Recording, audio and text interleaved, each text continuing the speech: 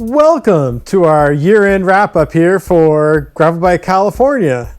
This is Zachary here along with Vic. Hello, Vic. Hello, Zach. And we're going to look back at the highs and lows this year at GBC.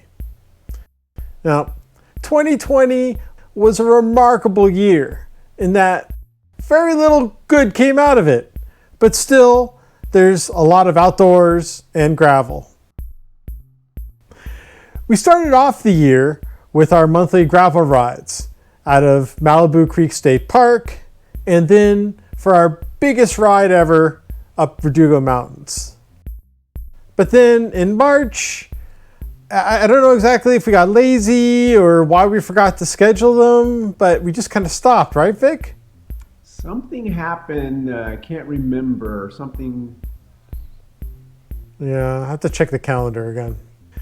Anyway, so we decided to focus on gravel guides. And by the summer, we started coming to our own for videos. Now, while we couldn't cover as much of California as we'd like for 2020, we still were able to find a lot nearby. If you want to find out more about these rides, just go to our website where we've got a gravel guide section that you can use for reference. Now, before we get into the best of, we want to talk a little bit about the standout rides for the year. So, Vic. Yes. Out of the 20 plus rides that we did, what would you call was our most surprising ride?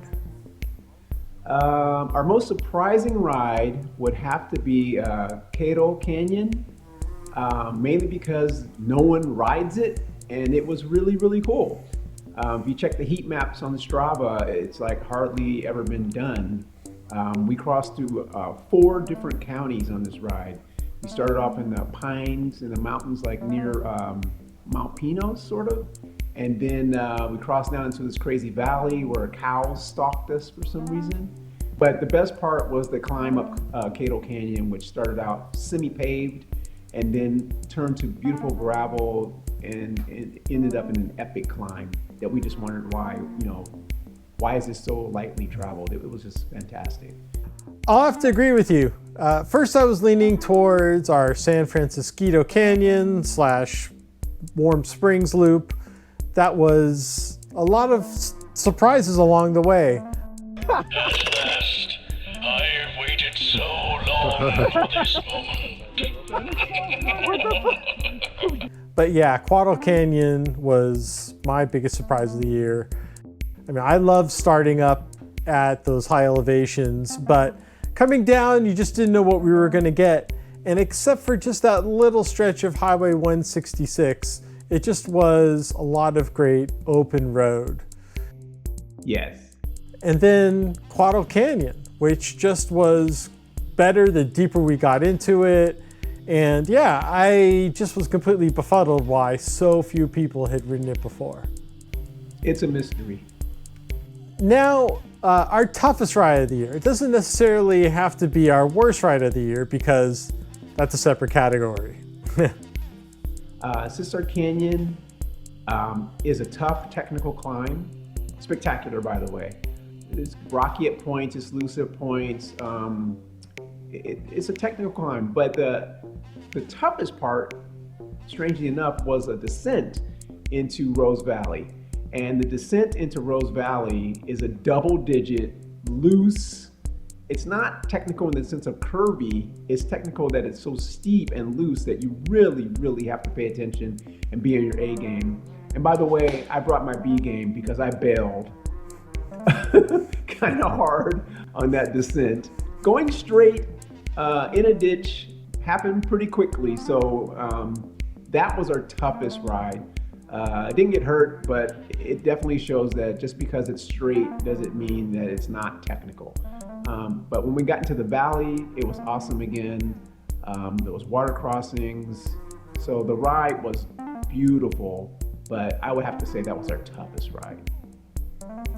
Yeah, you're definitely playing with house money when you only get one crash between 4 people going down there.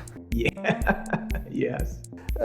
Scissor Canyon was the toughest ride of the year, and you know, you could go and argue which was the toughest climb that we did for the year, but once you peak, you kind of want to enjoy your descent, and that's where you have to grip a lot, and there's no good ways of getting off of that Right. ridge. You know, this is the first time I've actually gone down into Rose Valley, but you still had a long distance to go, not a lot of water at that point, and then, yeah, you're just parched towards the end. A great loop that everyone should do, but buyer beware before you go out there. Yes, I forgot about the water part. Vic, you have one of the most positive attitudes of anyone that I know. So I can't imagine you'd have anything to contribute to worst ride of the year. Yes, I do. Pilot Rock was without a doubt the worst ride of the year. It started out like, wow, this is gonna be really cool. We start out a beautiful lake, easy climb, and then it all went downhill from there. Between the hundreds, and I do mean hundreds of Jeeps and quads and motorcycles and off-road vehicles that went past us and covered us in dust, to the billions of biting insects that hounded us for the entire ride, to unrideable, sketchy, rocky climbs that we had to push our bikes up, and I flatted twice. It just went on and on and on. So yeah, that one wasn't my favorite. I need to change my passwords because so far we've been in direct agreement so far. Yeah, if you're going up there just for the gram, then it's definitely the ride for you. A lot of great views, but you have to ride it. Starts out good, then it's like a military parade of off-road vehicles coming by you. And then that was just the first half. Oh my God, yes. We thought after that it wasn't gonna get any worse. And yeah, it was a nice stop in Crestline, but starting the second half, we thought that we had already covered all the elevation, and the climb up Monument Peak was more of a walk. And we considered turning around. We didn't. We should have. Yeah, I mean, the road conditions just did not hold, and we were just counting the miles until we got back. I'm glad we did it, but that's a one ride category. Now the moment everyone's been waiting for. Vic, we have a top 3, and you can only name 3, even though I'm gonna name 4. So what is your starting point for top ride of the year? I'm gonna start with one of my favorite rides of all time. But it's gonna be number 3 in this list, and that was definitely Puerco Canyon. Puerco Canyon is close by, it's near the beach, it starts off incredibly steep, and it shows you some weird history of California. There's a little house that's off the road that's the only house on this road. It's not finished, it has no roof, but it's a complete house that's there for who knows why. Covered in graffiti, it's a must-see. It's like a crazy Santa Monica archaeological dig house. And then from there, you get more and more into the tree lines, and then at the top, there's a spectacular, you feel like you're like on Mars, like there's a rock garden cave thing at the top that's just, I can't even describe it. It's just unbelievable. You can spend all day there just looking, climbing, exploring these rocks and caves. It's just spectacular. And then it got better from there. We just kept going, and more gravel, great descents, always beautiful views. But Puerco is my number 3. Yeah, that was a great ride. It definitely packs a lot of punch the first few miles in, and you could call it after mile 10 and say you've done a great ride. Absolutely. My number 3s are Gibraltar Road and Mount Baldy. Now, both share similarities in that they are contenders for best road climb in the state. And they also have a really great storied history in the Tour of California. But for me, it's the gravel add-ons that lift them above others. For Gibraltar, there isn't a road that hovers over the Pacific Ocean like this anywhere in the state. But as you make your way through the top of the crags, there's just this exquisite dirt on the other side of the ridge as you make your way down towards the Santa Ynez River. Now, for Baldy, those 3 miles of switchbacks are one of my favorite sections of cycling anywhere. And then you get to hit dirt.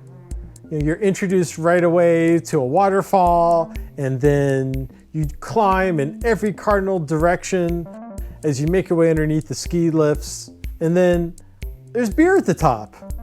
I mean, you've done your work, you could grab a glass of beer. How is that not a selling point?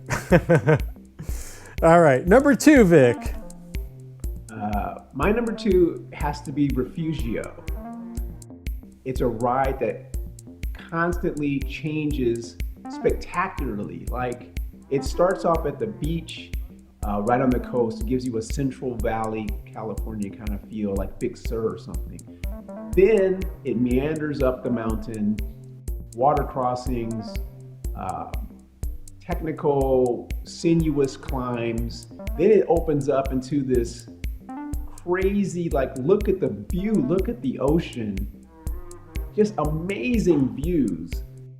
The best part, there's no one up there. You have the whole road to yourself, the gravel, some of it's paved, some of it's gravel. The scents are great. There was just so much to see that, you have to do it like at least 5 times to even know where you are, to remember like, oh yeah, I forgot about this, I forgot about that. Just amazing. So Refugio is my number 2. It's definitely a good one. Even if a lot of people who just do the part up to the end of the pavement, that's a great climb. But the dirt at the end and then looping back on San Marcos Road, fantastic. But my number 2 is my solo mammoth adventure. There are so many dirt options out there that riding through the Inyo Forest just seems like it's easy to do. And then the expansiveness of the Owens Valley. It's why we get up so early for rides like these. By the looks of the surroundings, you don't really comprehend that you're at 7,000 feet. But with the Sierra settings and the volcanic underlay, I really look forward to heading back up there. And I definitely want to do Mammoth Tuff just to showcase this whole area. Okay, I don't have a drummer for the dramatic drum roll. So, Vic, what is your number 1? Number 1, easily, is Gibraltar. Gibraltar starts off on a spectacular road climb, which I have done previously twice. But what I didn't know is that when you get to the top, which is the end of the segment for the KOM, there is a gravel road that says Gibraltar. And it also says no shooting, which is a little unnerving. You turn onto this gravel and you're in this spectacular valley, perfectly manicured gravel. And it's a descent to start off with. Smooth, fast, flowy, just epic. I loved it. And then you get to a dam, Gibraltar Dam, which I didn't know was down in there. It's this little dam, but it's still cool to look at. It's been in there 100 plus years. Awesome. Then the climb out is awesome. It just got better and better. The road descent on Painted Cave is epic. There's a house that has free water for cyclists out in front if you're out of water. There was a Chumash Painted Caves, just double-digit descents that had these crazy switchbacks. You just flow down. Even on the gravel bike, which is amazing. So Gibraltar is absolutely my number 1. It's a must-do. Put it on your bucket list. Yeah, I almost feel like it's such a great climb that you should do the road loop first and just be like, wow, and then come back with your gravel bike and then throw that on and just get a lot more out of it. My number one, dramatic pause, is Big Bear. Yeah, despite it being a 2-hour drive, it is definitely worth it. I mean, the first part alone, where we rode up the skyline, we're in the middle of the San Bernardino forest with the lake below us and San Gonzalo Mountain. I mean, that was gravel bliss. And even though we were hitting the halfway point at mile 1520, we're like, if we ended the ride here, we'll be fine. This has been a great adventure. How can we top this? And undeservingly, we were wrong. The second half was even better.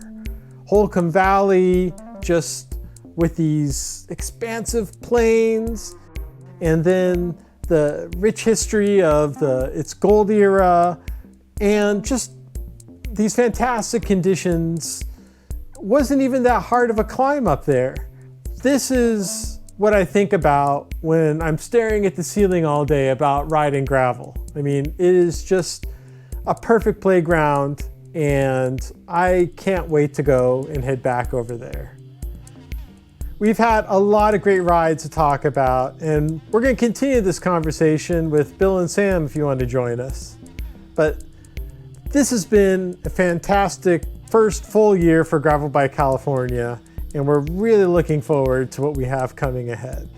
So please subscribe, and we'll be bringing you more stories, videos, and all of it from the state of dirt. For me and Vic, take care.